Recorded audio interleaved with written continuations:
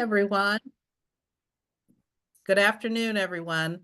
Thank you for joining session 4 of the BFlood Smart Flood Education Virtual Series. I hope that you have enjoyed sessions 1 through 3.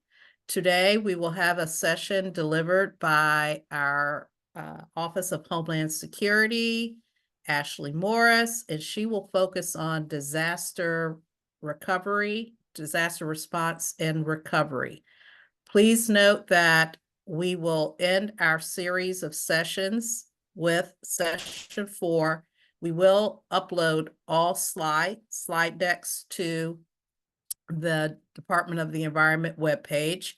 Our process for uploading the recordings of each session is in process. We will need to have an additional couple of weeks or so before we can get the final approvals in place to make those uploads, but please feel free to check in with us at DOE Cares if you are unable to obtain or access the video recordings within a couple of weeks. So with this, please note that we're recording this meeting again, and with this overview, I'd like to transfer the slide presentation over to Ashley. Thank you, Ashley. Thank you all.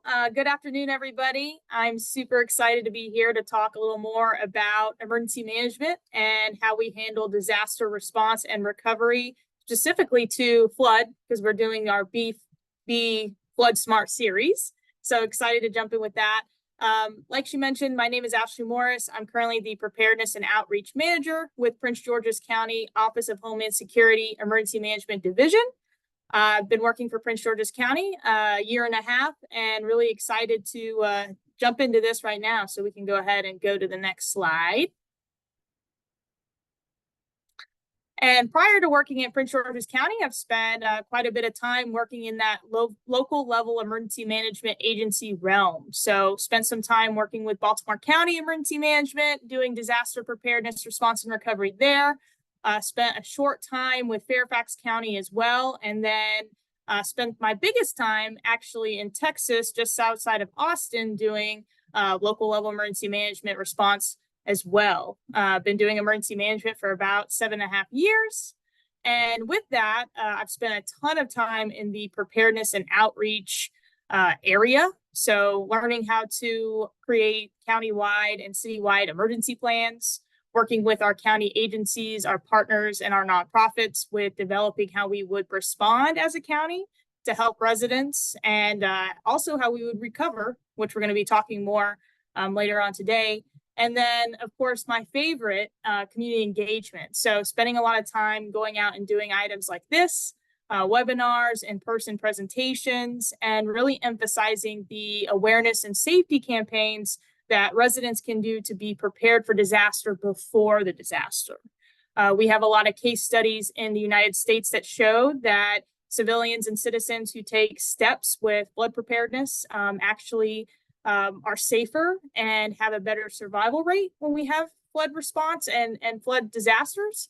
That also actually occurs with flood recovery as well. So I'm really hoping that the discussions that we've had all month during these webinars, as well as what I'm going to talk about today, is going to really help any residents on the call learn more about flood preparedness and response, but also take some actions before we have any kind of flooding in Prince George's County that could impact anybody. Next slide.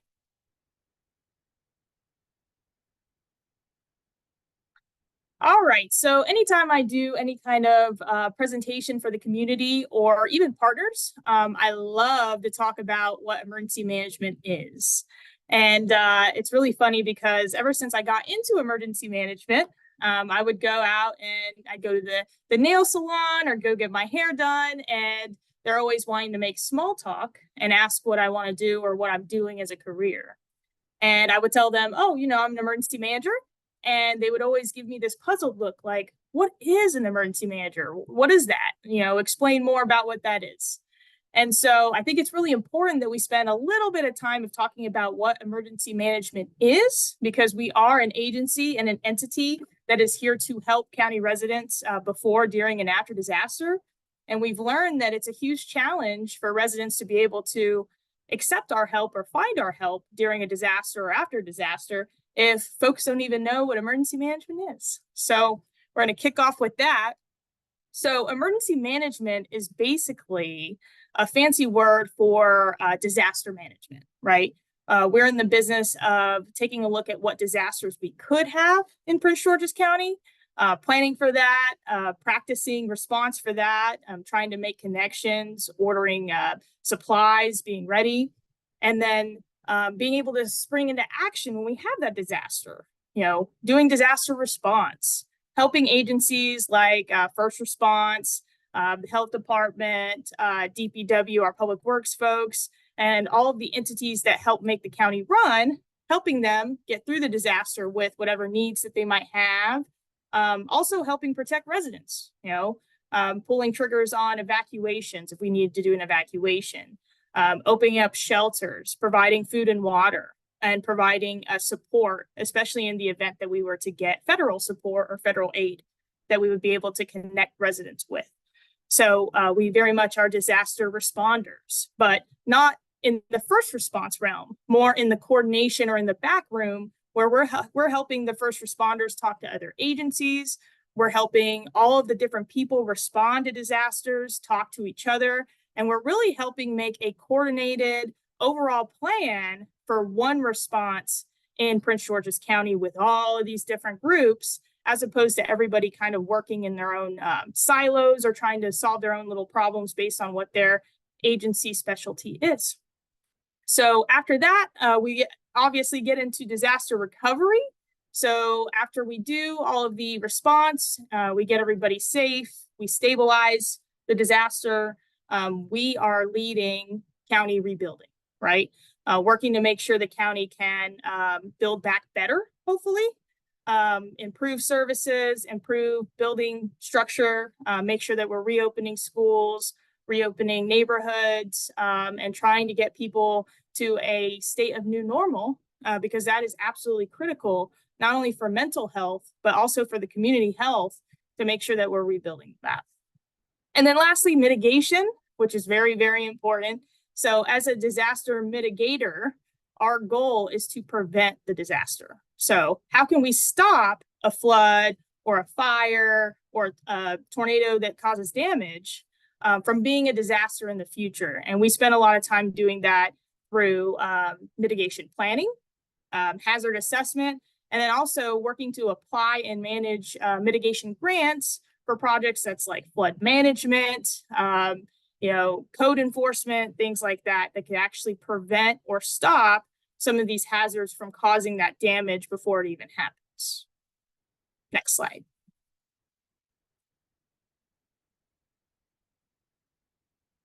So specifically, as emergency managers, our county role during disasters looks a little different than what people typically think about FEMA. Everyone is somewhat aware with FEMA, whether they saw coverage on the news with like Hurricane Katrina response, or maybe there's another disaster where FEMA's on the news. For us, we have a specialized three-pronged role of what we're kind of expected to do on behalf of the county, but also to serve the resident better. Next slide. And so the three areas that are our focus are the safety of residents, public property, and then also continuity of government services. So primarily, number one, as emergency managers for the county, we want our residents and visitors and anybody in the county to be safe. So when we have threats or we have disasters, our primary goal is to make sure that disaster information and safety information gets out to the residents and visitors as soon as possible. We do that with the help of our public information officers and our communications folks, but we also emphasize use of things like social media, our county alert systems, press releases, all that kind of stuff. So people can make sure to be aware that we have a threat or we have an emergency going on, and these are the things that they need to do to stay safe, as well as these are the things the county is doing to keep residents safe, as well as resources that residents might be able to tap into to be able to handle that disaster or get through that period of time. Besides that, we are in the business of providing resources. So like I mentioned before, maybe we need to provide a shelter or a safe place to stay because we have residents that lost homes. That's something that we help coordinate and manage. Also food, water. We do a little bit of donations management. So if we were to have donations coming into the county, making sure they get distributed to folks who might want them, items like that. And then we also do closure of areas. So hold on just a second. All right. So during a disaster, we might need to do a closure of an area or work with our first responders to close the area. So, evacuations out of a zone that's not safe, especially in a flood prone area that might be significantly going underwater. That could actually also include flooded roads. So closing roads, making sure people don't go through roads that are not safe. And then a variety of other mitigation methods with that, with just trying to keep residents out of areas that aren't safe. For the second, public property. So it is our role also to make sure that we're accounting for public facilities, county-owned property, the damage that might occur there, as well as any of the spending with that. A part of the property that we're really concerned with, which we know residents are as well, is infrastructure. So any county-owned roads or managed roads. Also, if we were to have any utilities or any other services that are public. So making sure that we're not only getting those buildings or those services back online, but taking stock of what the damages might be with that, so we can move forward with either pursuing state and federal assistance to get those back to normal, or just taking a look at how we can navigate some of the challenges, because obviously we oversee public property and county services. And then lastly, we have our continuity of services, which relates a little bit to what I was talking about with public property, making sure that our county services continue to run even if we have a disaster or an emergency. Most importantly, our priority would be emergency services. So, if we were to have a hurricane or a large flood, how can we make sure that people can call 911 and still get help if they have a medical emergency, or if maybe they're trapped with water? And then following that, how can we make sure that, police, fire, EMS, and all of our emergency services can still serve folks with those needs? That also trickles down to transportation needs, making sure county transportation is operable during a disaster and after, as well as just making sure that we maintain government services. As we rebuild, and we're going to talk a little bit in the future about recovery, it's really vital and critical that our county still runs things like permitting processes and things like that, because we're going to have those to be able to rebuild and reopen and kind of get back to normal again. Next slide. All right, so now we're going to get into disaster response, now that hopefully everybody has a little clearer of an idea of what emergency management is and what we're kind of trying to do on behalf of the county. So the next slide is going to get into flood steps to take now. Next slide. So before we really get into the response role, we want everybody to be kind of aware of some of these top tips of preparedness and also response tips to know in the event that we were to either have a flood forecasted here or we have a flood occurring. So number one, we definitely want everyone to know their risk. And we know that during the webinar series, folks have talked about that quite a bit. Knowing if you're in a floodplain area, a flood prone area, knowing, how much rain will flood your property and what that looks like. It's really, really important to know that, because then once you know your risk, you can do a little more planning and preparedness on your personal property, as well as your evacuation planning for yourself once you have that info. Number two, we want everyone to have 3 ways to receive alerts. So making sure that you are subscribed to our Alert Prince George's warning notification system. Also making sure that you keep your wireless emergency alert settings on in your phone, so you can get alerts via the cell phone network that way too. And then also having another way to get flood warnings or evacuation messaging. That could be NOAA weather radio, It could be local media if you have cable. It also could be an emergency radio that could be battery operated, so AM, FM, or anything like that. Some folks also use the FEMA app, or there are a variety of different disaster response apps that you can download on your phone. Those are great options too, to make sure that you can get information during a disaster. But we just want to make sure that you have at least 3, because we know that during disasters, sometimes tech fails. For 3, we want to make sure folks plan a safe place to shelter, not only at home, but at work, and also while you're driving. It's really critical to know where you're going to go. 4, we're going to talk more about this in the future, but knowing your evacuation locations, if you were to have to evacuate your home, where can you go locally? Where can you go in the county? And then where can you go in the state and out of the state? So you have multiple options depending on what the disaster is calling for you to do. And then finally, preparing your home. So getting into making sure that you have management over your drains, your gutters, trimming your trees, taking a look at seals, things like that, which I know that they've talked a little bit about earlier this month. So I'm not going to get too much into that. And then finally, on the right-hand side of the slide, you'll see that we have a lot of stuff about insurance, which I know they talked about last week. Very, very important to understand your insurance coverage and understand that homeowners does not cover flood damage. So please take a look at your insurance and consider flood insurance if you need to. Next slide.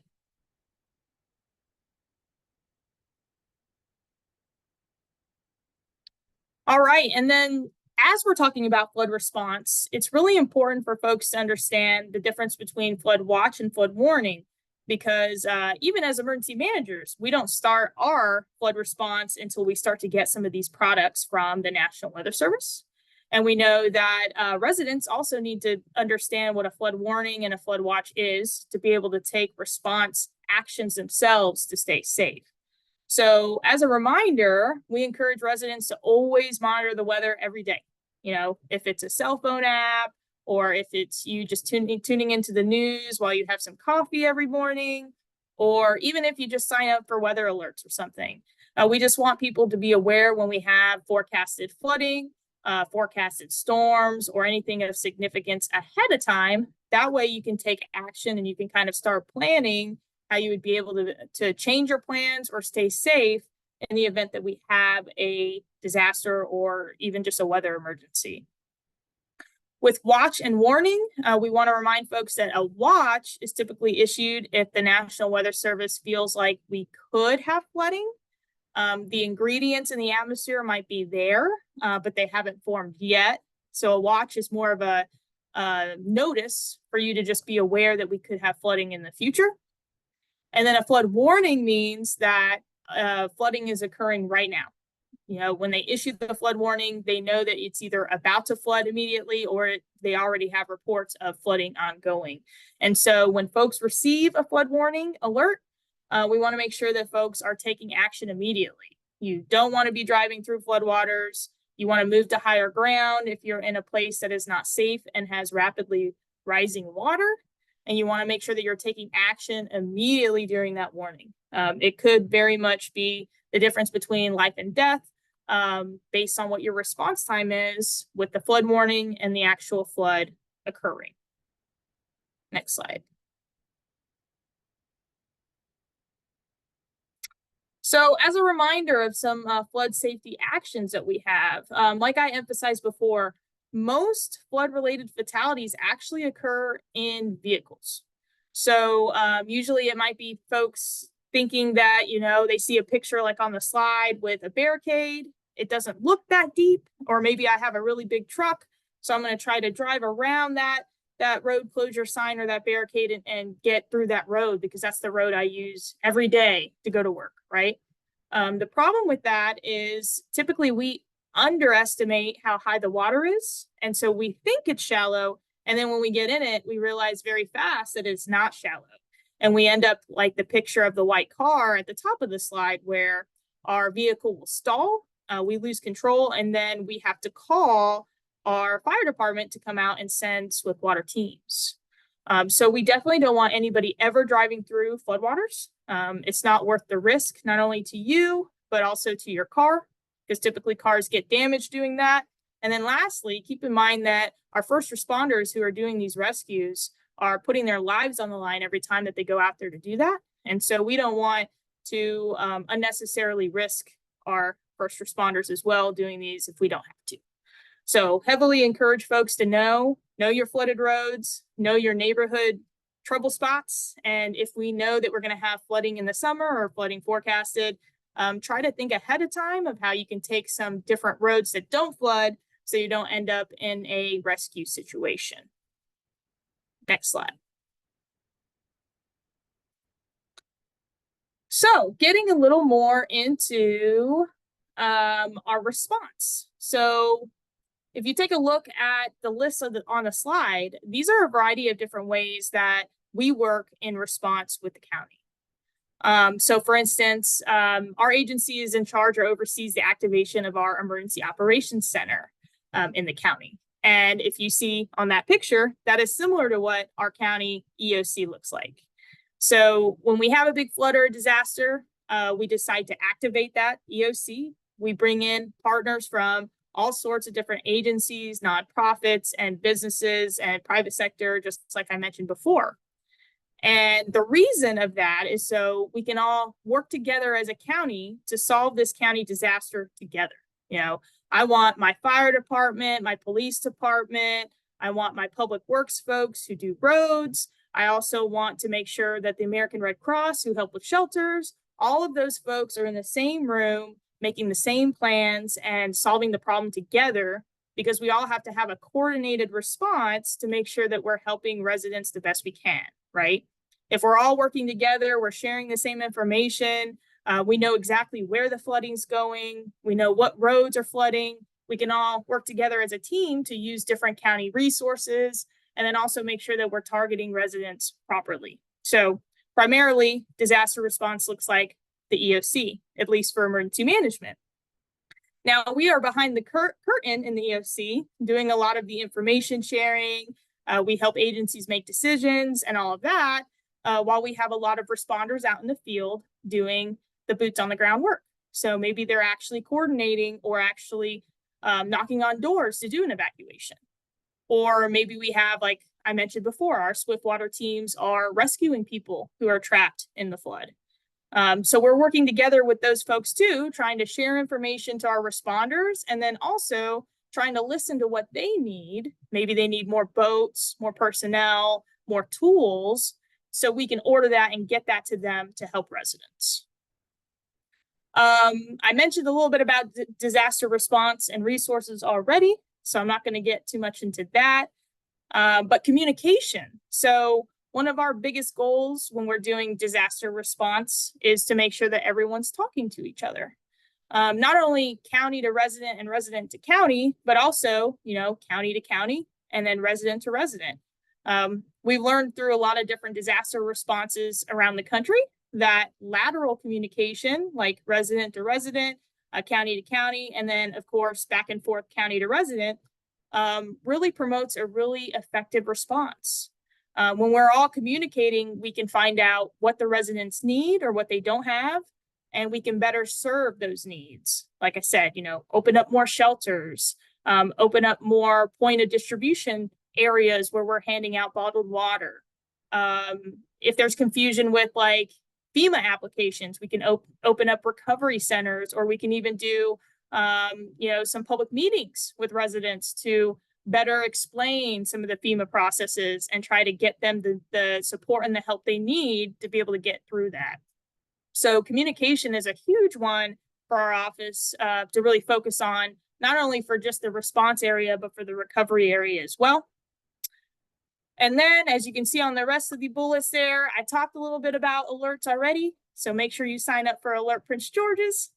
Talked about evacuations, which we would support and assist with, as well as shelters and document response tracking. Next slide. So with that, we're going to move into disaster recovery for the second half of this. And going to the next slide, you will see exactly why we need to plan for recovery. So typically when we think about disasters, and even when we watch disasters on the news or on the media or even documentaries, there's a huge focus on the response, right? The response is kind of that scary part of the disaster. We know, people need help, people need rescued, people's lives change really quickly during the response. And that is obviously really important. But typically what happens, including on media coverage, is when we start to get away from the rescue aspect, we start to stabilize the disaster, we get people away from the dangerous area, maybe the storm goes away or the flood recedes.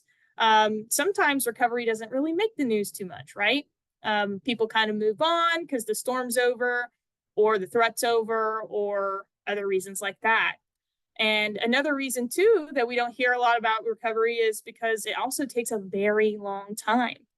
So if you take a look at how disaster recovery has been ongoing with wildfires in California, Hurricane Katrina, or a variety of different disasters that we've had over the past 10 years, you will see that recovery actually can take decades. I know emergency management's favorite example is Katrina, in the sense that there are still homes in New Orleans that have blue tarps on the roofs. And there is still recovery work being done after Katrina. And Katrina happened in 2005, so almost 20 years ago. So recovery is a very long process. It takes a lot of project management, money management, and a lot of patience. And it also takes a lot of resilience and also community drive. Because like I said, it's very lengthy, it's tough, and it's hard too for the community to kind of learn that new normal and adapt and adopt the new ways moving forward. Next slide.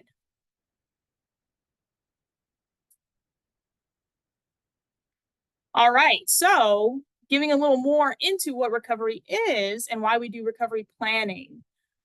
Typically, based on lessons learned back in the day, we used to kind of think about response and recovery in two different modes, right? We would handle disaster response first, and then there would be a clear time where we would do disaster recovery. So we would plan separate, we would activate the plan separate, and all of those things. However, we've learned through like Katrina and other disasters in the country that it is much better to keep your disaster recovery processes the same during disaster response. So we want to actually start recovery as soon as possible, even if we're still doing a little bit of disaster response. The reason being, and we're going to talk a lot more about like mental health and stuff like that, is really important as a community to get residents back into their routine. I think everybody knows, like if you have a bad day and maybe you get a flat tire or something comes up and it ruins your schedule, how stressful that is and frustrating that is. And that's very similar to kind of a disaster. People are living their lives every day. They have a certain established pattern or an established life that they're doing. And then this disaster comes in and shakes everything up. And it's very, very stressful on the community as well as residents. So our goal with recovery is to start trying to get as many services and as much normalcy back as possible, even during the response, so that people can start to adapt. And then also we can start some of the rebuilding process since we know it's going to take so long. Next slide. So it's easy for me to explain in the beginning about recovery being all about rebuilding. Right? It's kind of easy to visualize when people think about recovery, especially if we have a storm or a tornado or something that destroys an area and we think about rebuilding it back where it was. However, we've learned with recovery that it's more than just making sure that we build a building, right? We have people who have cultural ties to the county. They also have ties to the community. There are things that are special about the community, on a neighborhood level. Those are things that we also focus when we're doing recovery planning as a county and in emergency management, that we're trying to return that. Some jurisdictions who have had disasters have done this successfully through making sure that they provide maybe a disaster memorial to ensure the memory of the location is remembered, as well as if any lives were lost or there were any additional community losses. That's one way that you can make sure that those community ties stay there. Another way is actually promoting more community building. So as we're going through recovery processes, making sure that we're opening up community meetings about recovery, or offering mental health resources, or even share groups, allowing people to share their emotions or work together to design how they want to see the rebuilding process. All of those things have been shown to actually build resiliency and also help the recovery process be more successful, because as I mentioned before, we can't just rebuild physical structures and think that everything's okay. A lot of people, especially mental health and spiritually, need recovery focus on those areas to make sure that we actually return to that steady state that we had before the disaster. Next slide. So what are some common recovery challenges when we're doing recovery? Typically, like I mentioned, if we lose a lot of housing, that could be a huge concern, because if we don't have a lot of available or affordable housing in the area, we're going to have a lot of folks who might have lost their home or lost their lease that don't have a place to go. Maybe they don't have family in the area. Maybe we don't have a lot of available housing for them to buy, even if they could. And a variety of different things like that. So we do, when we're doing recovery planning as a county, try to emphasize on how we would solve that challenge. Would we partner with hotels and maybe put people up in hotels for a year or two while we work to rebuild homes and rebuild residential structures? That's a solution. Sometimes, and you've probably seen this out west or in the middle of the country, FEMA will bring in trailers. So maybe you hit that federal assistance point and they can provide short-term trailers for people to live in, and you can set up kind of a trailer area or a trailer park for folks. That's another way. But once again, all of those things are things that we have to do the planning on the front end to make sure that we're ready for that in the event that that was to occur.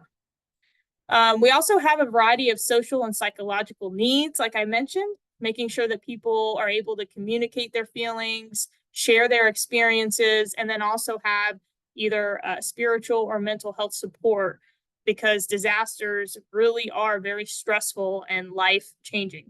And that's probably one of the biggest impacts to our community when we're talking about something like that. Economics and the economy. So I think everyone's familiar too with COVID. So COVID was a huge economic interruption and threw a lot of different response and recovery challenges that were related to economics. But if we think about a big flood or we think about a big disaster, we're definitely going to have maybe some small businesses or even some large corporations and businesses impacted. And our concern would be, job loss. When can people go back to work? When can people get paychecks? Because that might be how they're able to afford all of their basic needs. Also, you start to be concerned too when you don't have a solid economy, whether or not people will stay. So if we have a disaster and residents start moving away, then that actually impacts your tax base and your ability to do county services and county budgeting. So that's a really big concern and something important to keep note of when we're doing recovery planning and working on that. And then lastly, public infrastructure. So making sure that our systems like water, sewage, roads and bridges and power grids are up. That is critical because a lot of those serve daily needs. So if we are not able to get those back up quickly, life is very different and once again, very stressful because we can't use those typical services that we've been used to using for decades. Next slide.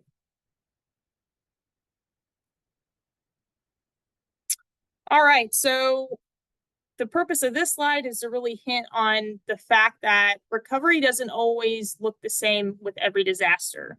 And that's especially important when we start to look at different communities, different regions, and then also different disaster types. So a flood recovery here in Prince George's County is probably not going to look the same as what we would see with COVID, right? COVID recovery. Or if we had a recovery process with an act of terrorism or an active shooter, things like that. The hazard and the impact is different. And that also leads us to have different recovery needs and response needs as well. So it's important to kind of be flexible with that, especially when we're planning. And we've actually been taught from FEMA to use a all hazards approach when we're doing a lot of our response and recovery planning. So how can we create a variety of different plans and partnerships and agreements with agencies and resources and things to where we can just turn on the ones that we need based on that disaster and be able to use them for certain things. So we've learned really quickly, it's really important to have solid partnerships, working with our community groups, our houses of worship, working with our nonprofits, Salvation Army, American Red Cross, and, Team Rubicon, a whole bunch of different disaster relief groups, so that in the event that we have different recovery needs from residents, we would be able to select whatever ones offer that, and they can kind of help fulfill some of those needs that we need. It's also important to make sure that we're multi-layering those, because if we were to have a disaster that is more than Prince George's County, and maybe it's statewide or even regional, there might be a lot of counties in Maryland wanting to use the Red Cross for stuff, or there might be a lot of different regions trying to use the same groups. So it's important that we have multiple layers and multiple contacts and partnerships, so that even if our number one group is being used somewhere else, or maybe they can't help, we have a variety of backup plans that can come in and help provide either like mental health services or, food and water distribution or long-term housing, whatever it might be for recovery. A key example that I cited in here was some work that was actually shown with Hurricane Laura recovery efforts, and some really key public and private partnerships that the local counties had, or the parishes that had down there with Walmart and Sam's Club.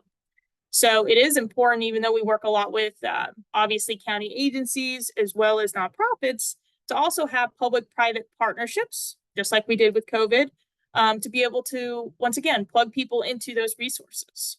So Walmart and Sam's Club were able to provide some really valuable resources, whether it be rebuilding stuff, cleaning supplies for mucking out homes, or even food to residents through their own disaster relief packets. And so it's important that we really include them, and also don't forget about the private sector and the role that that plays in recovery. Next slide. So this is a recovery spectrum graphic, which is what FEMA actually has had us adopt as emergency managers around the country, based on what I said before. Back in the day, we would really tend to wait to do recovery until we were done with response. And we've learned through Hurricane Katrina, we've learned through a variety of different disasters in other parts of the country that you don't want to wait too long to start response, because response can be from days to years. So the sooner we can start recovery, the better off we're going to be with recovery. So as you can see on here, preparedness, we're getting ready for the disaster happens, we're doing disaster response, and then we start doing disaster recovery as soon as possible. It could be during the short term of the response, it could be intermediate, and it also could be long term. But we're really trying to kickstart that recovery process as soon as possible, so we can get people's lives back in that groove again and start to have some normalcy, even if we're still handling a little bit of the response side of things. Next slide. So based on that recovery spectrum, some examples of short-term, intermediate, and long-term recovery are shown on this slide. So in short-term recovery, or even response a little bit, our focus is going to be on human services, debris and infrastructure, and assessing damage.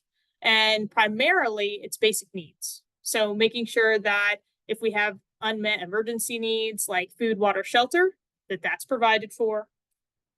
Making sure with debris and infrastructure that we're clearing out the roads and any methods of travel, because we know that if we're trying to get people out of a damaged area, or we're trying to evacuate people out of a damaged area, or even if we're just trying to respond, maybe we're trying to get back there to start cleaning up or doing some response, we need the roadways to be clear of any debris, and we need to be able to travel back and forth as residents, but also as responders.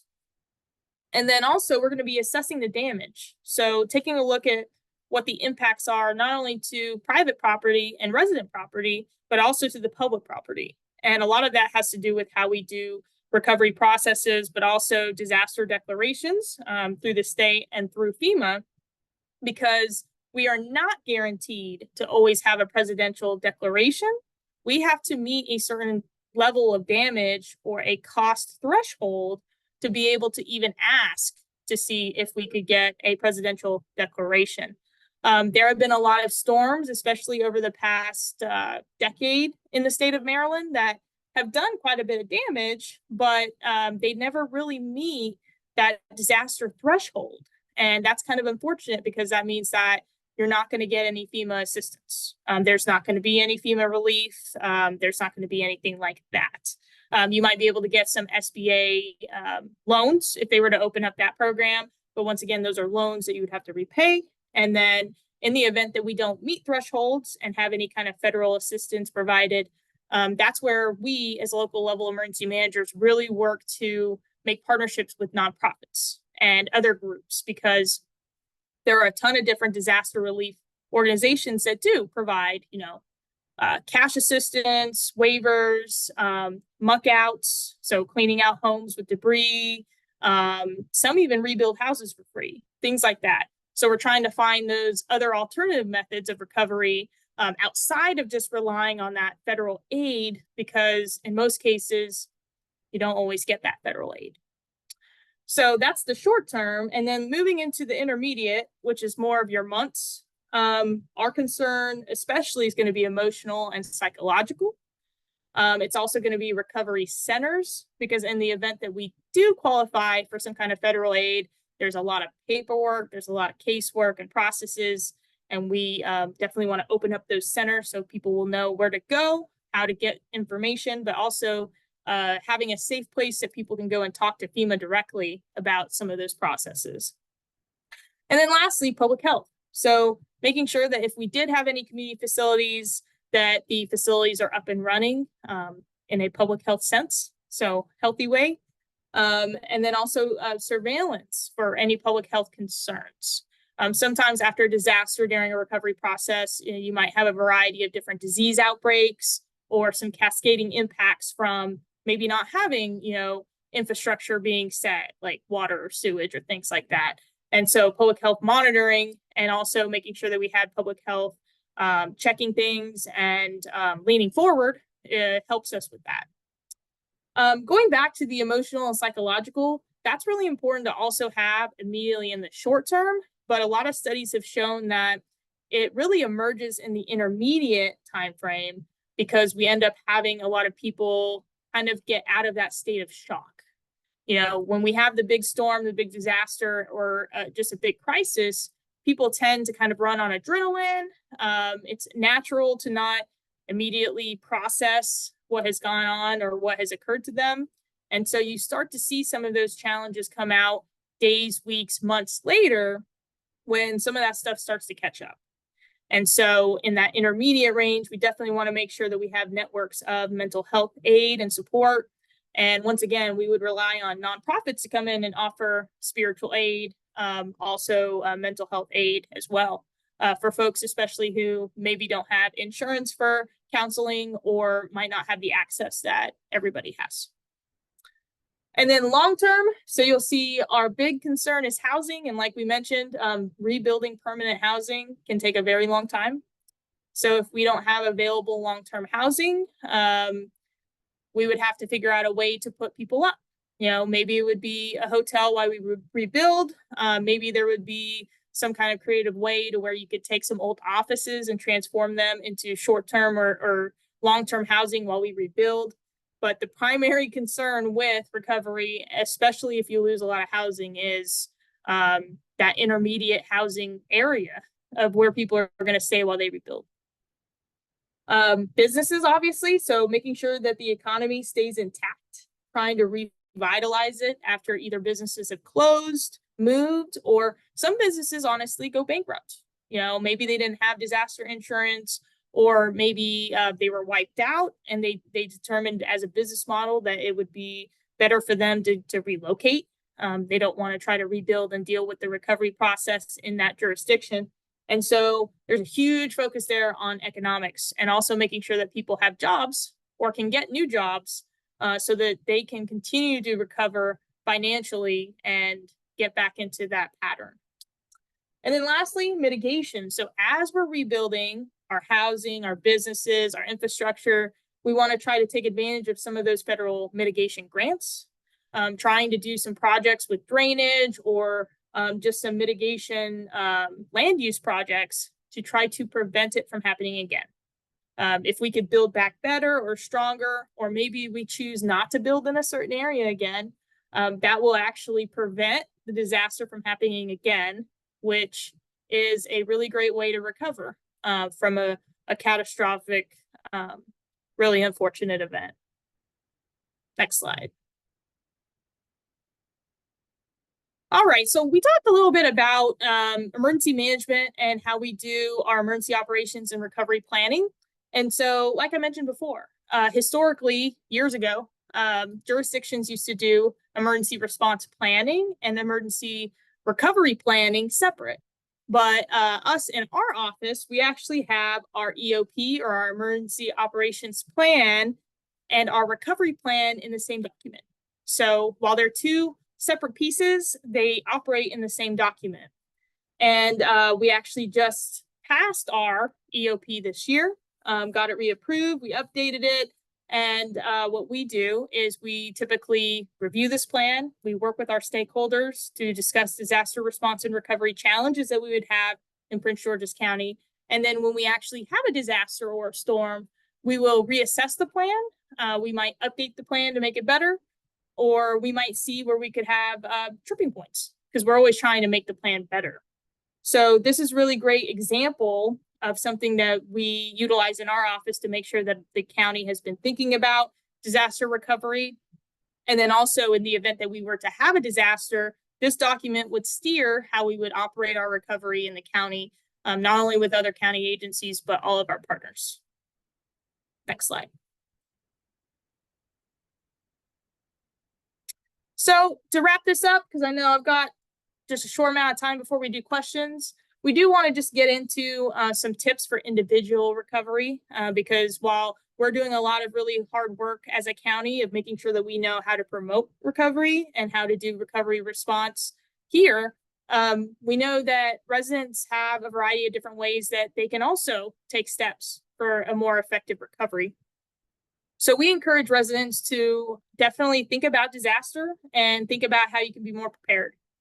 Take some actions with preparedness, making sure you have an emergency plan, making sure that you understand how to evacuate, or you know where you're going to go in the event of evacuation.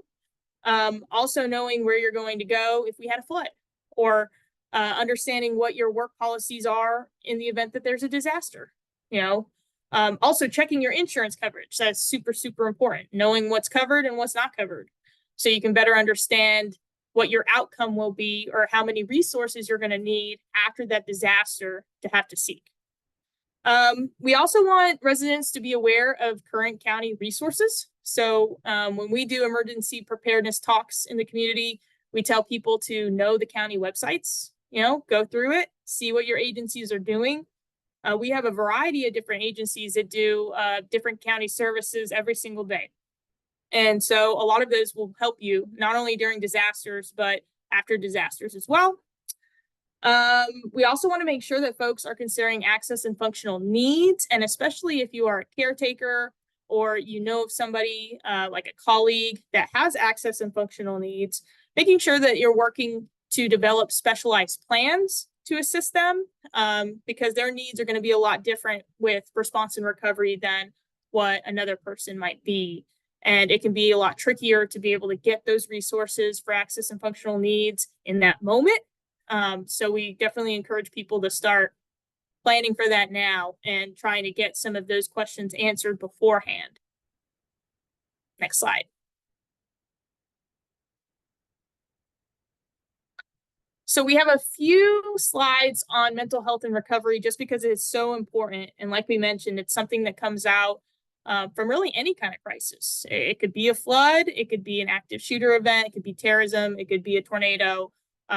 Really, it's just a crisis that interrupts someone's life and changes their life. And so it's how the mental health processes try to deal with that. And it's also how we recover with that. So during a disaster and after, what a lot of mental health professionals have found is that there is a huge need for resources. Having people feel safe to talk about their feelings, their needs, and their emotions, and to process it through formal processes. And as you can see on the slide, disasters can cause all sorts of challenges like PTSD, cardiovascular health problems, musculoskeletal problems, anxiety, depression, and then substance abuse due to stress and trying to cope with the changes. Next slide. So you'll see with the signs in the event that someone's going through a crisis, or even for yourself and your family, there are a variety of different stress signs that we can keep an eye out. And when we start to see these, it's important to pause and start thinking about, how can I take care of myself? What do I need in this time? So during a disaster or after a disaster, people might have trouble eating. Their meal patterns have changed. For one, food might be different than what they currently had or what they had before the disaster. So that's an adjustment. Also, they might be sleeping too much or not enough. That's a big sign of stress. Sleep interruption. People typically, when they're under stress, will withdraw from people and hobbies. And so trying to promote people to still stay social somehow, maybe be in some sharing groups and things like that after disaster is really helpful. Also having an ability to still have a little fun, even if you're going through recovery, participating in community activities or things like that is really important. People having low or no energy, so just really stressed out, hard to deal with it, not being able to have that same energy level that they might have had before. Some folks report unexplained aches and pains, so just body pains all over, feeling helpless or hopeless, and then once again with substance abuse, maybe excessive or an increase in smoking, drinking, or drugs. Next slide. So to ease some of the stress, even if it's just minor, because some of those changes might be a short-term minor thing. You might feel like, well, I'm okay. I don't really need any help. All of these things will help with that. And we highly encourage when you're going through a disaster or an emergency, or even just a simple house fire, which those happen every day, to make sure that you go through these processes of checking your stress and also doing some of these tips. So you want to make sure that you're talking to someone about your feelings. Are you expressing anger? Are you sad? Do you have guilt about what might have happened with the emergency? Trying to just process and explain and think through those. In some cases, people will feel responsible. Maybe if a loved one passes away or someone gets hurt, that typically will come up. So it's always important not to put the burden on yourself for the disaster happening. And then lastly, making sure that we're focusing on our physical and emotional healing with healthy foods, trying to rest as much as possible, and then trying to take breaks from the mundane of what recovery is, which is honestly a lot of paperwork, a lot of rebuilding, a lot of just stress. So it's important to be able to step away, do some meditation, take some breaths, or even maybe have some small share groups like we talked about before. Next slide. So these are some additional tips. I believe everybody gets a copy of these slides because I know that I'm about 3 minutes out and I want to give some time for questions. But just to reiterate, you want to make sure that during recovery, you're listening to public officials, you have alerts subscribed, and you're staying alert, especially if flooding is ongoing or coming. You want to make sure to care for yourself and loved ones. And then you also want to make sure when you're returning home safely that you inspect your home structure, you're taking picture of all the damage, and you're working through some of the insurance processes that hopefully you will review ahead of time so that you know exactly what you need to do to start those claims. Next slide.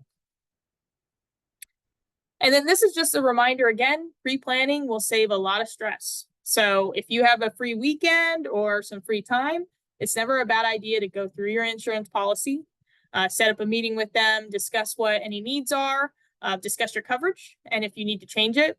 And then also make an inventory. So take pictures of your things, make estimates or collect receipts, and then keep a home inventory in the event that you lose everything.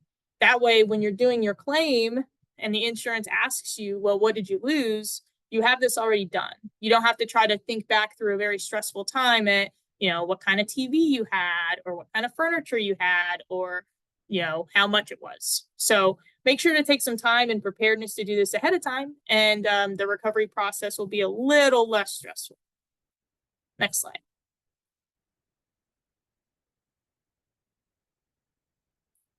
So just a summary, these are some tips that we basically covered already, but just as a key takeaway, if you want to screenshot or take a picture of the screen, these are some great things to keep in mind, not only for flood preparedness, but also for response and recovery from floods. And with that, I believe, next slide, that is it. So I'm open to any questions. Like I said, I know we're a little tight on time, but thank you so much for letting me talk a little bit about flood preparedness, response, and recovery. Thank you, Ashley. This was great. I think sometimes when we're dealing with a flood emergency, our focus is often on the physical structure themselves, right? How do we fix our homes? How do we ensure that we can eventually use our highways again? What's the condition of our grocery stores and the like?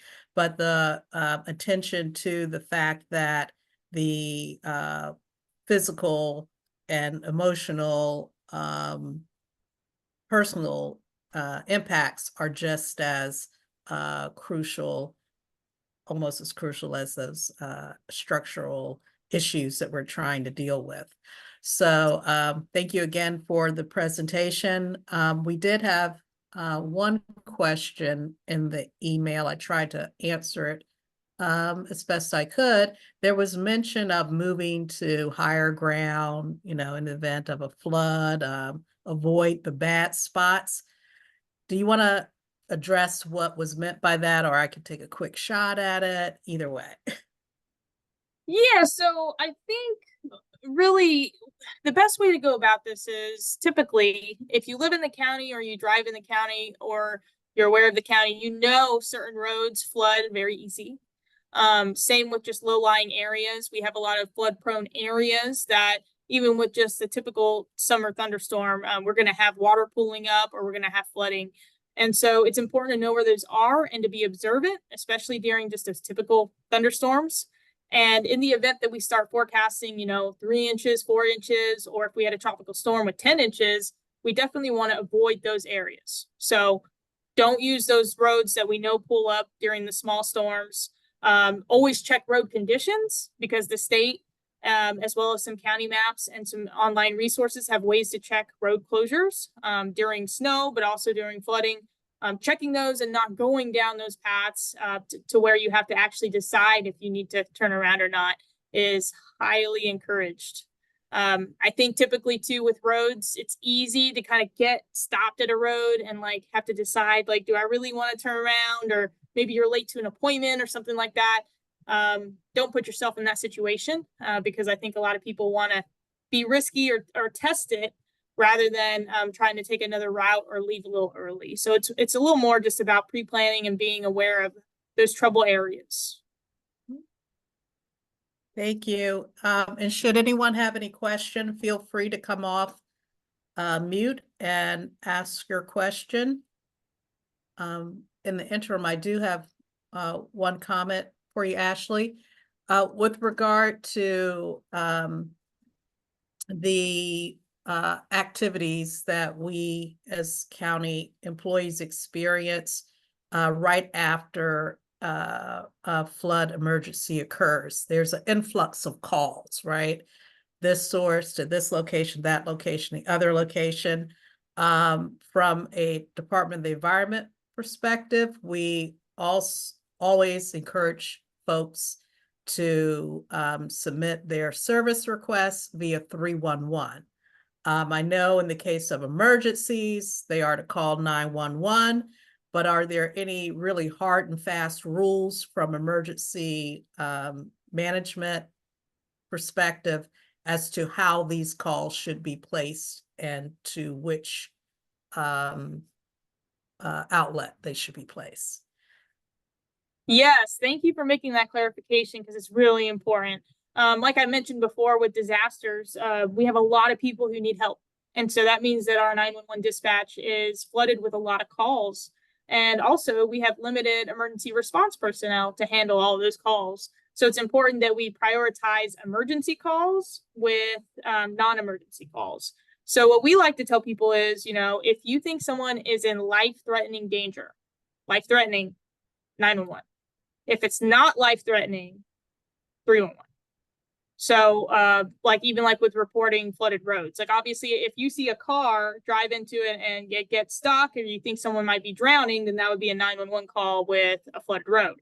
If you see a road that is not life-threatening, you could probably call 311 during that time and we would be able to take care of it through that. I will say, if we have a big tropical storm or a big flood, we would be working together with 311 to collect that information and share information. So in the event that a call went to the wrong place, it would be shared back and forth. But it's always just better to just keep in mind that 911 is really only used for life-threatening emergencies. Thank you, Ashley.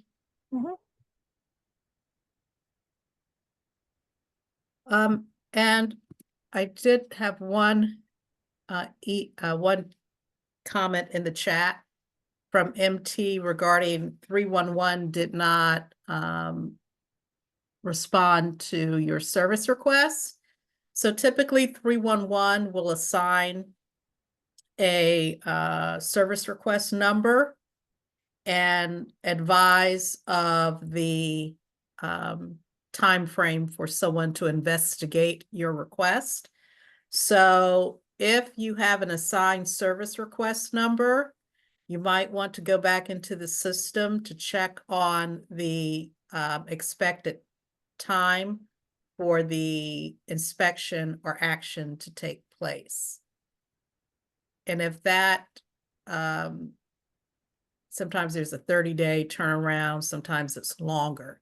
So you might be in that space where the time frame for the inspection or investigation has not yet elapsed. So please let us know if you haven't received any response within the requested time frame. Okay, there's another comment. In regard to sewage or other debris in a home after a flood, is there a specific county resource to go to, or is it something the homeowner has to deal with individually? So do y'all have a lead on the sewage problem? Typically that type of or concern would go into 311 and be directed, I believe, to the health department. Also, this becomes a little tricky with flood insurance. I thought flood insurance would cover a backup related to flooding, but I'm not certain about that. That's a question that could might be directed to the Maryland Insurance Administration. I've shared in the chat a copy of Session 3 for flood insurance, or rather a copy of the slide deck. In that slide deck, you will find a contact number and email for the Maryland Insurance Administration, and they should be able to address your questions regarding whether flood insurance would assist with any type of remediation or mitigation regarding sewage backup due to a flood. But I would definitely post a request with 311 for assistance, service request in the event that you experience a sewage backup as related to a flood event. Lalantha, did you have a Yeah, question? sorry, I unmuted just as I was about to cough. So, regarding the backup, if it is determined that the sewage backup is due to flooding, then flood insurance will cover it. Now, exactly how an inspector makes that determination, that's I'm not sure, but yes, if it is determined that the sewage backup is due to flooding, either at your property or maybe somewhere else where further downstream there might have been flooding that resulted in the sewage backing up onto your property, then it will be covered by your flood insurance. However, if the sewage backup is not due to flooding and you had flood insurance, yes, then it would not cover. Now, you can also have your homeowner's insurance may also provide an option for you to pay a little extra and get sewage backup. I believe that would cover you under any type of sewage backup. You may want to inquire from your current insurance company about sewage backups, and it may cover you under any circumstances. But if you do have flood insurance, yes, it has to be flooding related.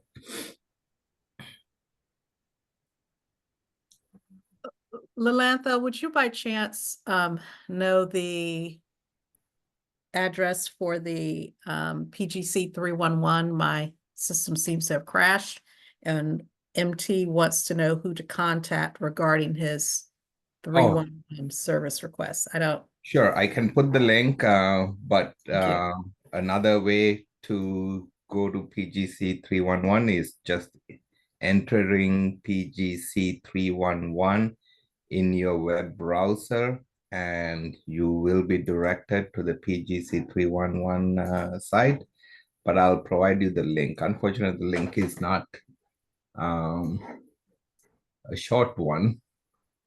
So I usually tell people just enter PGC 311 in your web browser. Just a second.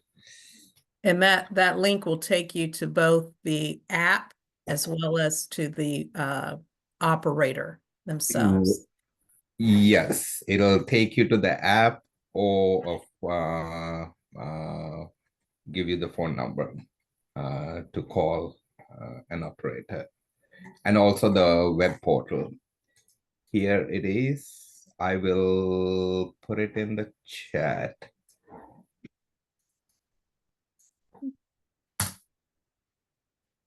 Thanks, Lalantha. I don't see any other questions. There was in the questions and answers, there was a question from Karen. Are we able to get these recorded Zooms for future listening, especially if registered?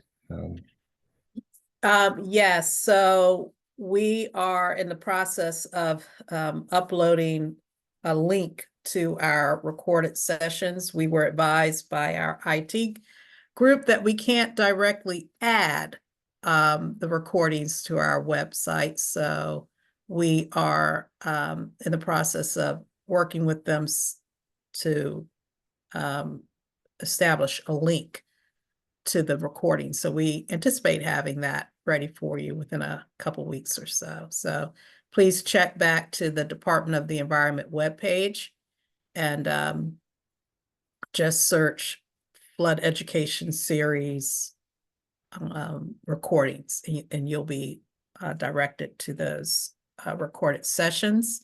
In the meantime, I have uploaded copies of the slide decks for sessions 1 through 3. Lalantha, if you could copy and paste a copy of this slide deck to the chat, that'll be helpful. I didn't want to post it while you were in the process of doing your presentation. So everyone on the recording today will have access to it, and then we'll have it posted to our webpage as well. Hi, Dawn. I just wanted to say that the series, not the video yet, but the actual slides are already on the website. So whatever, I can put it in a link. The website to sign up, that's also where the presentations are, instead of having to make a new page. So it's right there. So people don't have to keep clicking around, and I'll put it in the chat. Thank you. Oh, no perfect. problem.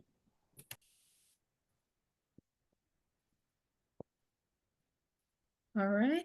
Do we have any further questions? Again, feel free to take yourself off mute. Ask. Need it. All right. Right. Seeing no further questions, I do want to thank Ashley again for a great presentation today. Every time I listen to a presentation about response and recovery, I learn a lot, and I feel as though I'm a little bit better prepared in the event that, the emergency happens and we're kind of at a point where there's nothing we can do but proceed to do our best, and being prepared helps us to do better, right? So with this conclusion of session 4, we're concluding our flood education series for this, I think for this year, Lalantha 2024. We appreciate everyone participating in the process, joining us for sessions, engaging in discussion regarding flood emergencies. We look forward to answering any questions or receiving any comments, response that you have regarding the series. We're not going away, so we are in hurricane season. Hopefully, your reference back to the 4 separate sessions, recordings of those sessions, the slide decks will provide you with contact information and background information that you can utilize as we move through this hurricane season. We're hoping for the best, but we can never really predict with certainty what nature will do. So if you have any questions for us later, please feel free to contact us using those various contacts that we've shared with you over the last few weeks. I wish everyone a wonderful summer and a safe summer. So with that, I would like to close out our sessions, our series. Thank you very much. One second, Dawn. Yes. Candace, were you going to put the link to our website? I don't see the link yet on our meeting chat, in case anyone's waiting for our link. Yeah, that's true. Thank you, Lalantha. I'm looking forward, because I am in the middle of doing like 1,000 different things. Hold on, I'm still looking for it. Hold on for a second. Okay, that's I did add session 4 also to our. Okay. So it's there. Yeah, and I'll update it today.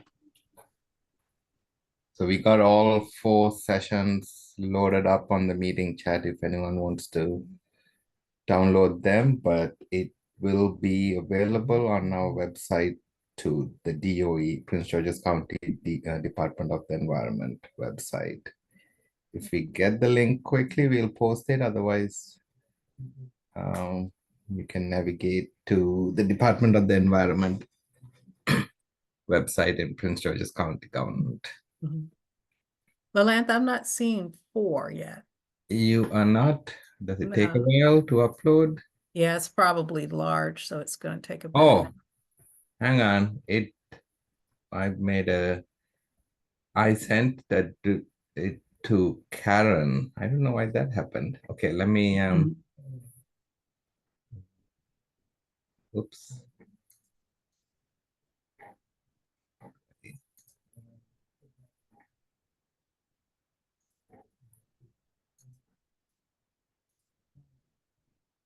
Everyone in meeting.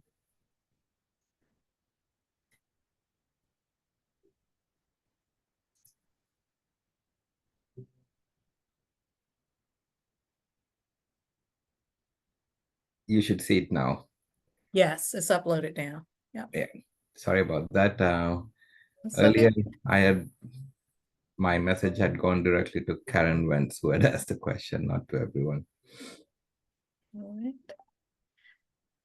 All righty. Well, that's it. Thank you all again. We appreciate your participation. Have a safe summer. Thank you. Bye-bye. Thanks. Bye. Oh, there goes the link too. Okay. All right. Thanks all. Bye. Bye-bye.